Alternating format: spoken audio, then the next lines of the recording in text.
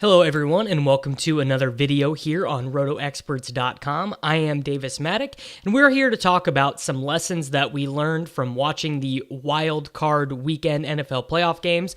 And the two games that I really want to talk about are the Dallas Cowboys and Seattle Seahawks game and the Los Angeles Chargers Baltimore Ravens game.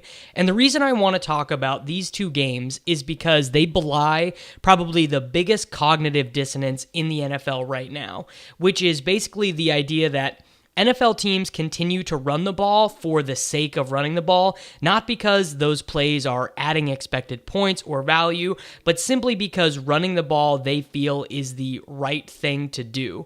We can see here in the expected point summary that the Seahawks actually lost 2.85 expected points running the ball, and the total expected point summary for the game had them losing by 2, where actually they gained 4 expected points through the air, and total on offense, they added 3.1 expected points. So the big thing that Seattle did, obviously, that was bad, was they kept running Chris Carson. He had 13 rushing attempts, was only able to gain 5 yards. His longest carry was 5 yards. They used Rashad Penny and Mike Davis as well. Mike Davis, actually a fairly talented pass catcher. Rashad Penny, they're still trying to justify that first-round draft pick. But some of the quotes after the game were particularly troubling.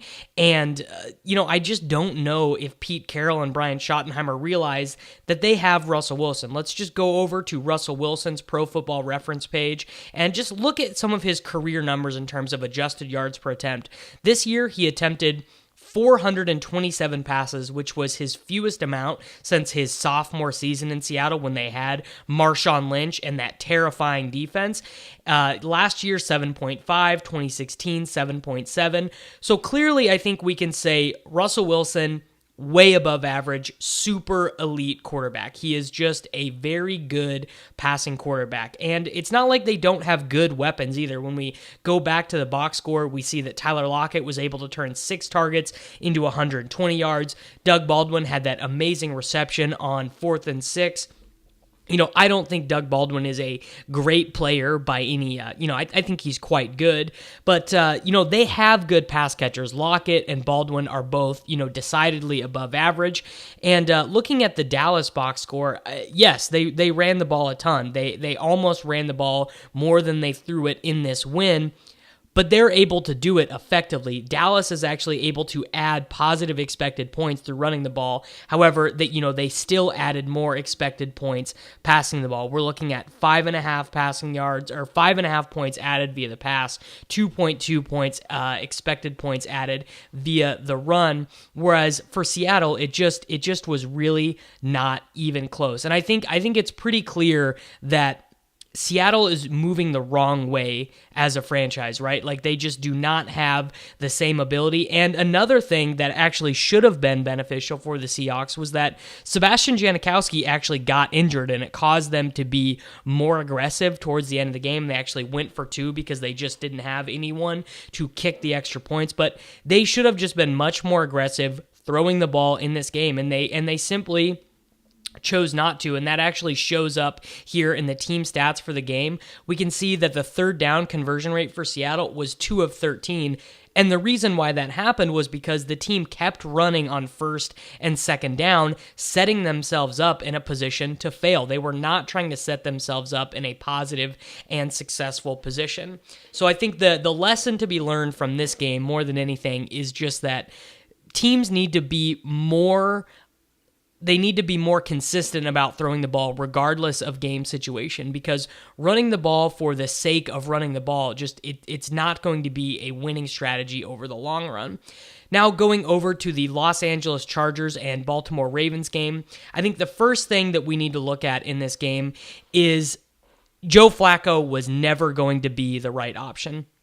So Lamar did not have a very good game.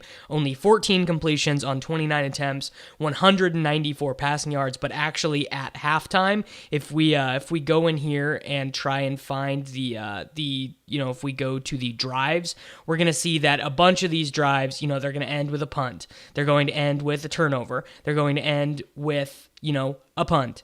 We're looking at another punt. So Lamar was really bad in the first half, but I need to direct your guys' attention. We need to go over and look at Joe Flacco's Pro Football Reference, because there were some people during that game clamoring to get Flacco in the game. So let's just look at Joe Flacco over the last 4 years. 6.4 adjusted yards per attempt in 9 starts. He had 12 touchdowns, but 6 interceptions. Last season, 18 touchdown passes and 13 interceptions for 5.3 adjusted yards per attempt. In 2016, 6 yards per attempt, and in 2015, 6.1 yards per attempt. So we have to go all the way back to 2014, to the last time that the Ravens, won a playoff game with Joe Flacco at the helm. And I can't say exactly why people think that Flacco is going to be better than Lamar Jackson, or why he would have been better in this game. Something that people told me on Twitter was, Flacco is better when you're trailing and Lamar Jackson is better while you're ahead. And certainly it is true that when you're ahead, a running quarterback is going to add way more to what you're able to do, because you can control the ball for longer. You're going to be picking up more efficient runs on the ground. We actually know that quarterback runs are more efficient than a running back run, and they're close to the same expected points added as a quarterback throw. But really, the Ravens should have been able to win this game. The Chargers actually lost expected points passing and running the ball. And in fact, if you look at these box score numbers, the expected points summary suggests that the Ravens were actually a little bit better in terms of throwing the ball than the Chargers were. And that probably is blowing your mind if you're listening right now. But the Chargers had this super inefficient game, and they chose to kick way more often than they should have. They chose to take the points. Really, both guys just did not do well. When we look here at the Chargers drives, both of the coaches did not do well. We have a punt, we have a field goal from the Ravens 15, a field goal from the Ravens 42. We have, continually, we have more field goals. We have finally a touchdown, but it just... Really, it was a super disappointing coaching performance from both Anthony Lynn and Jim Harbaugh, and I think that, again, this just shows that coaches really go conservative in the playoffs, and that's the time to open it up. The time to open it up and the time to go for it, is particularly on 4th and short. This drive right here that ended at the San Diego 40. This one was particularly brutal because it was a 4th and 1 that the Ravens chose to kick a field goal instead of going for it despite having Lamar Jackson. And really, these two games, the reason I chose to highlight them is because it was just such a bummer to see these talented football teams coached so poorly. The Chargers are a super talented offense and a talented defense. I actually think, if I'm going to give a compliment out, one of the cool things that the Chargers did was they used 3 safeties against Lamar Jackson to really minimize the field. They dared him to go long, and Lamar and the Ravens coaching staff really did not want to do that. Of course, at the end, the Ravens did have a chance to win, but it ended with a Lamar Jackson fumble, which, he's had an extremely bad problem with that. I believe he has had 14 fumbles in his short NFL career. We can go check that right now. But I leave this game feeling...